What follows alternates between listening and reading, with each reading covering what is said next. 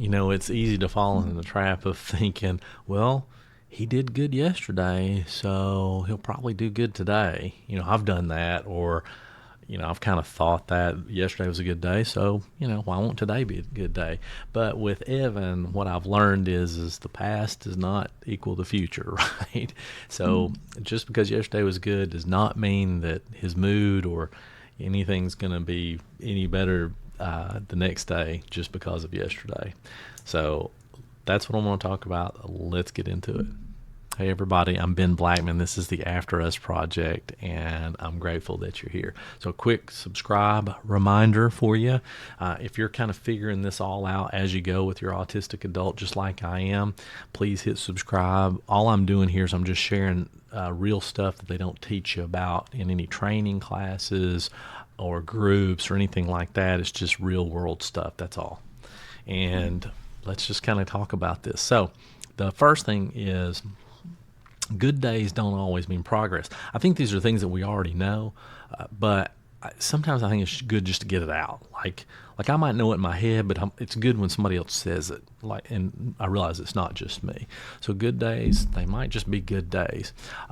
Expecting a repeat performance the next day puts a lot of pressure on us, right? It happened yesterday, so there's a lot of pressure for it to happen today for both you and your autistic adult child. But there's all these things that we don't always think about the next day from a behavior and tolerance standpoint. Things like just sensory overload from the yesterday carrying into today, right? They processed it while they were asleep or whatever. And the next day is maybe not as good because they process things differently. We all know that.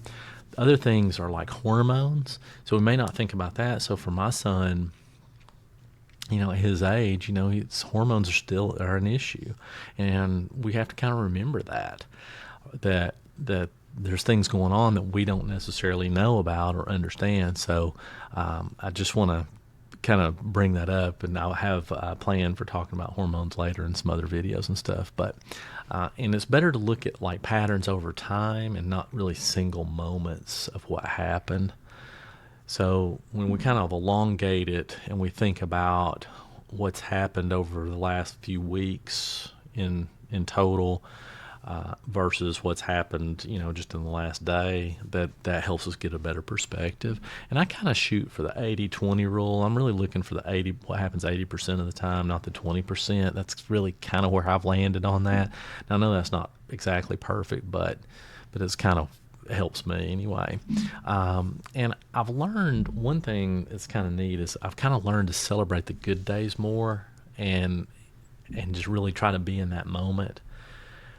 Some days Evan really connects with me and he'll look at me and he'll say stuff. And, I don't know if he's talking to me or sometimes, or if he's just trying to get me to interact or what, but sometimes, when he's doing that, I really try to enjoy that moment when he's definitely talking to me and interacting, even though I have a million other things going on, right? I'm trying to run a business, trying to take care of my house, dog, all that stuff. And also, help him. I really try to stop and think about that and enjoy those good days. But then, I want to plan on the harder ones, realize, hey, yesterday was great. Let's see what happens today. I don't want to project that the day is not going to be a good day. Could be, all right, but it doesn't necessarily mean it's going to be. So I just don't want to set myself up for failure either. When I plan for consistency, not really performance, I'm less frustrated. So that's what makes it. And I'm back to the 80-20 rule.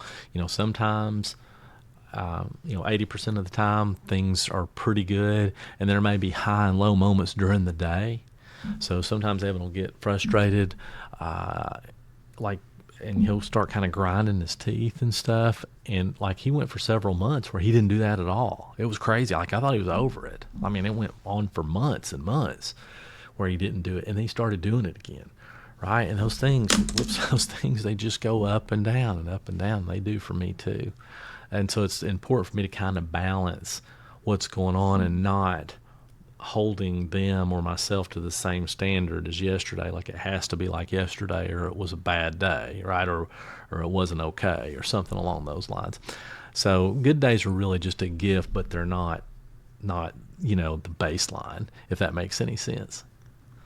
Just keep your expectations in check, and it'll work out a lot easier. So listen, I wanted to mention to you, if you've been putting off planning for your autistic adult child's future, or if you have an autistic child and they're going to be an adult, which they are at some point, and you haven't planned for that, then you may want to check out the After Us guide. It's just a way to map out what works for your child so that no one ever has to guess. It's a way to kind of plan that out, get it all in one place so that, if something happens to you, then somebody can step in and take a look at that and get going. So there will be a link in the description below. And if you get a chance, subscribe, and we'll do more videos like this. All right, I'll catch you on the next one.